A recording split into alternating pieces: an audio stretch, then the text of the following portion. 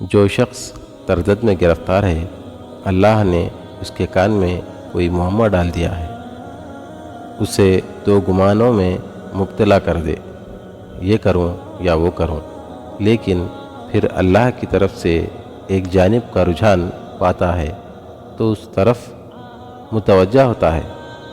اگر تو اپنی جان کے ہوش کو تردد میں مبتلا نہیں کرنا چاہتا تو وسوسے کی روئی کو اپنے کان سے نکال دے تاکہ آسمان سے تیرے کان میں آواز آئے۔ حضرت شاہ شمس تبریز رحمۃ اللہ علیہ کی ملاقات جب مولانا جلال الدین رومی رحمۃ اللہ علیہ سے ہوئی تو آپ نے فرمایا کہ مولانا کلمہ شریف آتا ہے؟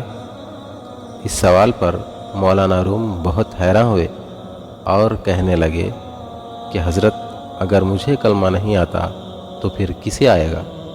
مولانا صاحب نے 70 قسم کی خیرت سے کلمہ سنائے، جسے سن کر شاہ صاحب نے فرمایا یہ غلط ہے، آپ 2 برتنیں منگوائیں، میں کلمہ پڑھ کر سناتا ہوں۔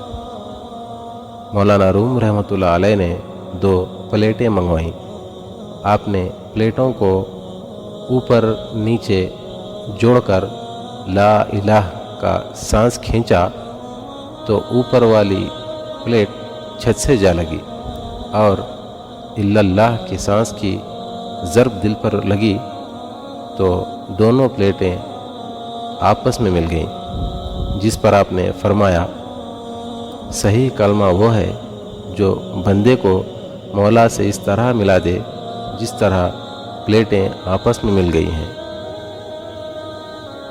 اپنے آپ میں کچھ کمال پیدا کر تاکہ دوسروں کے کمال دیکھ کر تم کہیں غم میں نہ پڑ جاؤ۔ جو عقل سلیم رکھتا ہے وہ خلوت اختیار کرتا ہے، کیونکہ تنہائی میں قلب کی صفائی ہوتی ہے۔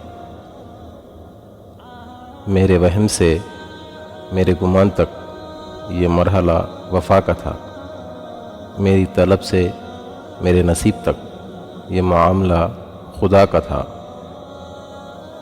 حضرت شیبہ رائی ولی رحمۃ اللہ علیہ اپنے ریوڑ کے چاروں طرف ایک نمایاں خط کھینچ دیتے جب وہ جمعہ کی نماز کے لیے جاتے تاکہ بھیڑیا غارت گری نہ کرے۔ اس کے اندر کوئی بھیڑیا نہ گھستا اور نہ کوئی بکری باہر آتی۔ بھیڑیے اور بکری کی حرص کی ہوا اس مرد خدا کے دائرے میں بند تھی۔ یاد رکھنا دوست، اگر آپ محبوب کا قرب چاہتے ہیں پھر ایک دوسرے سے محبت کرو، چاہے ان کی موجودگی ہو یا غیر موجودگی، صرف ان کی بھلائی دیکھیں۔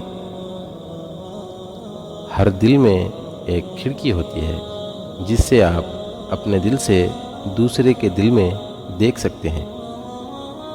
اللہ والوں کی باتیں سکون قلب عطا کرتی ہیں اور اہل ظاہر کی باتیں دل میں انتشار اور بے اطمینانی پیدا کرتے ہیں۔ اگر آنکھ کی بینائی ختم ہو جائے تو انسان رات اور دن میں فرق نہیں کر سکتا، اسی طرح اگر انسان دل کا اندھا ہو جائے تو وہ حق اور باطل میں فرق نہیں کر سکتا۔